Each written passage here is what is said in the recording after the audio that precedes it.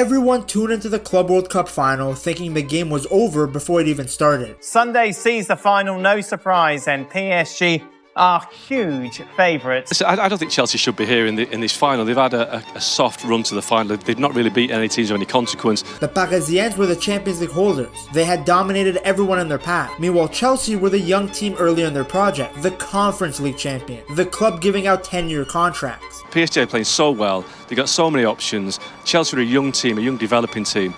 This could get quite messy on Sunday. How important is it that your players are willing to suffer on Sunday, because there will be long times in the game where you do not have the ball? I will say that. Another baking hot day in New Jersey. Feel the chills. Cole's match this time. Cole Palmer exploiting that space again. Now what a trick from Palmer. Superb! The finish is almost a carbon copy. Work needed in that regard. Pedro, it's 3, and Chelsea are running away with the FIFA Club World Cup final and a statement victory to re-establish Chelsea back amongst the elite. They have made it a blue day in New Jersey. Unfortunately for those doubters, they didn't study football history, because if there's one thing you should never do is count out Chelsea in a European final, especially when they're the underdogs. You know, everyone before was saying, oh, how are you going to quiet PSG, how are you going to do this, PSG, that's all they were saying. They weren't talking about us too much, so we had to silence them, and that's what we done today. Everyone doubted us, but we showed it. In 2012, they beat Bayern in their own stadium. Nobody thought they would even make it out of the semis when they played Pep's Barca, and yet they won the whole tournament that year. In 2021, everyone thought that Man City would cruise to the cup, but Chelsea stunned them too. This win against PSG though was even more impressive, because Chelsea destroyed them. They PSG. The Baguette Warriors were stunned, and their reaction after the match, well, it said it all. It was a dominant display from the Blues and silenced all the doubts about the Chelsea project, at least for now. Because in just the first phase of Maresca's plan, Chelsea have 2 trophies. That's more than Arsenal have in 6 phases of Arteta. Trump for real went home thinking Chelsea is the greatest team of all time. Maybe that's why he didn't want to leave the stage, but he took Madueke's spot. What a mistake Madueke made, by the way. I guess he wanted to show his appreciation for Arsenal by doing what they do best, not showing up for a final. If this Chelsea team is young, they're well ahead of schedule, and their potential is crazy. And to really understand where this team is going, we've got to start with one name, João Pedro. I'm not sure if we've ever seen a player pay off his own transfer fee this quickly. This man was chilling on the beach in Brazil, gets signed out of nowhere, hops on the plane to come to America, joins the squad mid-tournament, and immediately made an impact. He scored a brace in the semis to send Chelsea to the final. João Pedro lines one up. Oh, finds the corner brilliantly. It's João Pedro. He's in again for Chelsea. João Pedro! Then in the final, scored a lovely chip. I am not exaggerating when I say Chelsea don't win the Club World Cup without him. It didn't matter that he only played 3 games. The semi-final alone was all him. The 2 goals he scored against Fluminense were exceptional. No other striker on the team is capable of doing that. A goal out of nothing. Then the chip against PSG, I can see Delap scoring that, but if Jackson was in that position, he would have ran into the goalie. Now, not only did he score in the final, but it was his unselfish run that allowed Palmer to score. This duo is going to be crazy. I'm sure Palmer is so happy that there's someone else on the team that can take the pressure off his shoulders. We saw how by dropping deep, João Pedro is able to create space in behind for the other Chelsea players by dragging a center back with him. That's how the Blues were able to score, because João Pedro's positioning opened up the gap for Gusto to get him behind. That's what makes João Pedro so valuable. He's a completely different profile than Delap and Jackson. He's basically like an attacking midfielder in the body of a striker. He loves to come deep to help progress the ball up the pitch. He is at his best as a linking piece between the midfield and the attack. Unlike Delap and Jackson, who love to stretch the opposition with their runs in behind, João Pedro is way more deadly with the ball at his feet. And as we saw in the Club World Cup, it's best to give him the ball than have him find runners. The fact that he can score and assist is what makes him so special. He was at the top for both goals and assists for Brighton in the 2025 season. Now, I don't know if he's going to keep scoring bangers from outside the box like he did against Palmeiras, because historically speaking, he doesn't take a bunch of long shots. But he is the type of player who can consistently score in big games. He did it for Fluminense back when he was in the Brazilian league. He did it for Brighton in the Europa League. He's one of those players that I feel can just reach another level when he's surrounded by better players. Add in the fact that it's a World Cup year, and we might see the very best version of Joao Pedro. Now, speaking of players making back their transfer fee, I have to talk about Moises Caicedo. It wasn't that long ago when people laughed at Chelsea for spending £150 million on Moises. But fast forward to today,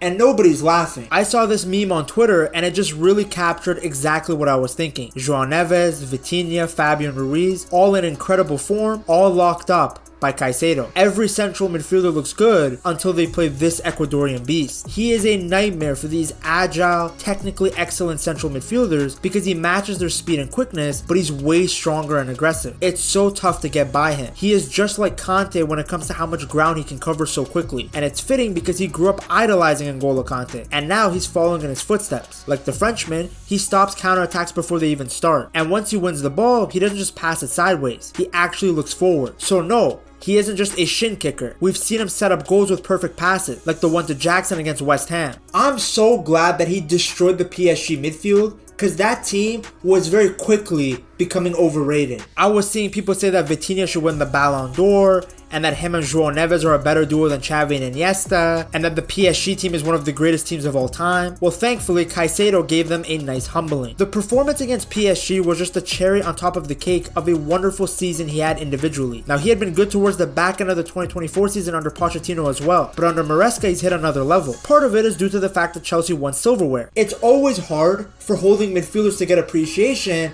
until their team wins some trophies. But the other reason is that Maresca put Kaisedo at the base of the midfield and just let him loose. In the 2025 season, he was at the top when it came to possessions won in the middle third. No player in the Premier League made more combined tackles and interceptions than Kaisedo. He was Maresca's most trusted player as he started in all 38 Premier League games. I swear this guy is made of rubber, by the way. Every game I see his body bend in ways that the human body is not supposed to bend, and then the next game, he's perfectly fine, back to 100%. The last Chelsea player to feature in every game was Dave in the 2019 season, and the last midfielder to do it was Frank Lampard in 2005. Kaisedo at times was the glue holding the entire midfield together. Look at where he ranked in tackles, tackle win rate, ball recoveries, and interception. It was his presence that allowed Enzo and Palmer to push forward. Whether Chelsea played him as an inverted fullback or he played as the number 6, Kaisedo was always there, cleaning up danger, starting attacks, and just making life easier for everyone around him. Like he was literally used as a fullback at times by Maresca and he was still dominating. He isn't the flashiest player. He isn't going to be in the headlines all the time. But Chelsea fans, players, and coaches know exactly how important he is. That's why when it came to vote for the club's player of the season for 2025, there was no debate. He won everything. Kaisedo is now part of a long line of legendary Chelsea defensive midfielders, from Makalele to Matic to Kante, and he's already earned his place in that list. What makes him so scary is that he's nowhere near his prime. He's only gonna get better and better as he gets more experience under his belt, because remember, it wasn't that long ago that he was playing in Ecuador. This guy hasn't been playing top flight football for that long. The fee for him looks like a bargain now, considering just how much he does for the team both with and without the ball. Maresca called him the best defensive midfielder in the world, and game by game, he's proving the Italian right. Now, how can we talk about Chelsea midfielders and not bring up Enzo Fernandez, the man who joined Chelsea when they were at their lowest? I remember when he first signed, everyone just kept making fun of him and making tables that tracked how many times Chelsea had lost when Enzo was starting. Keep in mind, this was a player who had just won the World Cup as the young player of the tournament, and they were acting like he was the reason Chelsea were doing bad. They seriously wanted a tempo dictating central midfielder to just come in and immediately carry the team to wins in its first season in a new country and new league. That's just not how football works. Now, with better players around him and a proper system, you are seeing how good Enzo Fernandez can be. Maresca has pushed him further up the pitch to fully utilize his creativity. Yes, he can play as the 6, but the Italian correctly profiled Enzo as a player who is much better in a hybrid number 8 and number 10 role. In fact, he believes in Enzo so much that he has pushed Palmer on the wing to play Enzo as the attacking midfielder, which is perfectly fine, by the way, as long as Palmer's played on the right and not on the left. We saw the plan work to perfection in the Club World Cup final against PSG. It also looked great in the Conference League final against Betis. It took some time for Maresca to find the right position for the Argentinian. Early in the 2025 season, he actually benched Enzo for 4 Premier League games in a row and admitted that he preferred the physicality that Lavia and Kaisedo offered. I think in this moment, Romeo and Moy, they give us also physicality, strength in the middle. But as time went by, Enzo showed just how valuable he is. With him being forward, he was able to help Chelsea create more opportunities in the attacking third, and he even became an extra goal-scoring outlet. His run into the box to finish Liam Delap's cross against LAFC wasn't a surprise. It was just like the one he had made to score a crucial goal against Liverpool in May. He was directly involved in 13 goals in the 2025 Premier League season. For those that watch Chelsea regularly though, they will know that the beauty of Enzo Fernandez's play is not always reflected on the stats sheet. Some of the sensational passes that he plays to start an attack or create a goal-scoring opportunity are not seen on the rating apps. You actually have to watch football. This right here was classic Enzo Fernandez, creating something out of nothing with a perfectly placed pass that floated right onto Nona Madueke's foot in the 6-yard box. Enzo has already played more than twice as many games for Chelsea as he did for River Plate and Benfica combined, many of them as captain. Maresca has consistently called him a reference on the pitch, and now his leadership feels even more real. Enzo is one of the captain of this team. He's not the only one. We have Reece, we have some more captain there. The reason why is because I can see that his teammates, they recognize him like a reference, like a captain. And this also show how Enzo is respected inside the squad. So I think it's quite clear. Now, I can't make a Chelsea video and not talk about Cole Palmer. I kept him towards the end because everyone knows he's the best player, the face of Chelsea. I easily think he can be the face of the Premier League. We already saw him in the Nike commercial and they are right. He is scary good. In another final, he rose to the occasion. 2 goals and 1 assist as he collected the award for the best player of the tournament. Add in the performance he put on against Betis in the Conference League final, and it's very obvious that Palmer is just a big game player. One of those guys that shines the most when the lights are the brightest. As soon as Chelsea got into the business end of the Club World Cup, Palmer elevated his game. Despite being played out of position as a left winger against Benfica, he was still able to pick up an assist. Then it was his moment of magic that opened the scoring against Palmeiras. And then in the final, he made a mockery of the Champions League winners. Basically copy-pasted the same goal. Operating on the right side in those right half spaces, he had too much room as evident by his assist to Joao Pedro. You can't give a player of this quality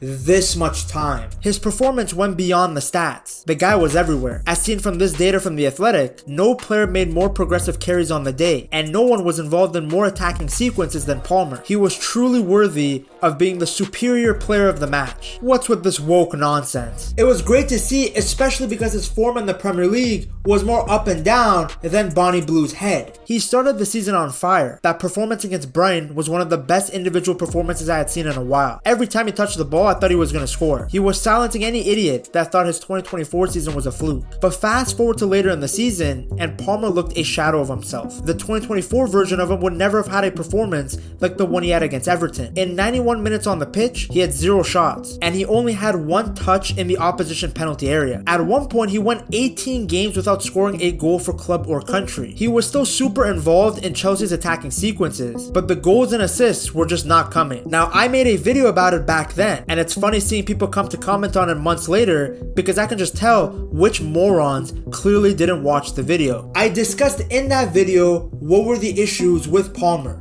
Number 1, Chelsea were playing less direct football. And number 2, Nicholas Jackson was injured. The team had been generating few and fewer opportunities from counterattacks as the season went by. It was at its highest early in the season, but as Maresca had more and more time with the squad, the less the team began to create fast break opportunities. So as Chelsea played less chaotic, less direct, it meant that Palmer wasn't as effective. Then the absence of Jackson played a massive role. Jackson's clever movement and unselfish style created the perfect setup for Palmer. He made the runs that dragged defenders out of position, giving Palmer the space to create and finish. The two had a great understanding on the pitch, like the perfect duo. Palmer created, Jackson supported, and vice versa. But everything changed at the start of February 2025, when Jackson picked up a hamstring injury and was sidelined. Without Jackson up front, Palmer looked a little more isolated. He no longer had that one striker who knew exactly where to be, who could draw defenders away. Fortunately, both of those issues were fixed with the arrival arrival of Delap and Joao Pedro. Immediately, the two strikers helped Palmer. It was Delap's unselfish run that helped Palmer score against Palmeiras. Joao Pedro did the same thing with an overlap against PSG. Then, because Maresca had a striker who was good with the ball at his feet in Joao Pedro, Chelsea were able to play more direct, quick football, which again benefited someone like Palmer. In that video I made on Palmer, I ended it by saying that he will be back to his best, and that the challenging period will make him an even better player. But unfortunately, people nowadays have the memory of a goldfish. They can't sit down to watch a video anymore. They look at the title and the thumbnail, get triggered, and rush straight to the comments. This generation is finished. If a bad season for Palmer is 18 goals and 14 assists, along with 2 fantastic finals performances that led to 2 trophies, then he really is a superstar. Now, I spoke about the star players, the big names, but the rest of the team deserves some love too. Robert Sanchez, who I've heavily criticized in the past, had a fantastic performance against PSG. It was his kicking and long passes that allowed Chelsea to go direct and really make life difficult for the croissant lovers. I still don't believe he's the elite goalie that Chelsea need. I still think he has too many bozo moments, but he does deserve the recognition because without his ball playing, Chelsea wouldn't have been able to abuse Nuno Mendes' side. Then Reece James reminded us that whether he's playing at right back or in the middle of the park, he will always be one of the best players on the pitch. Please put this guy in an ice chamber or that thing that Iron Man had, whatever is needed to just keep the man healthy, because his only issue has been injuries. Cucurella remains as football's greatest ever rage baiter. I would hate to play against this guy, man, especially if my team was losing. Guess Joao Neves felt the same way. Keep the hair pulling in the bedroom, guys. Cucurella's development has been really crazy to watch because at one point I legit thought he forgot how to play football. It seemed like Brighton had completely scammed Chelsea, yet now he's been the best left back in the tournament for both the Euros and the Club World Cup. You can't hate on a guy who tries his best and plays with 110% intensity. Cucurella knows what he's good at and what his limitations are. He doesn't try to do too much on the ball, and that's honestly so refreshing to see. A player who knows his exact role within the team. Pedro Neto also had a great tournament, scoring for fun in the early games. He established himself as a winger that Maresca can trust, and the speed he offers with and without the ball is essential to the way the Blues want to play. Whether he's played on the left or on the right, he can cause damage. Now, talent alone isn't enough, of course. All of these great players are doing well because they are following Maresca's game plan. The Italian deserves a lot of appreciation for what he has done so early in his project with a team so young. I didn't cover him in too much detail in this video because I made a separate video all about how he's building an army at Chelsea. Watch it right here.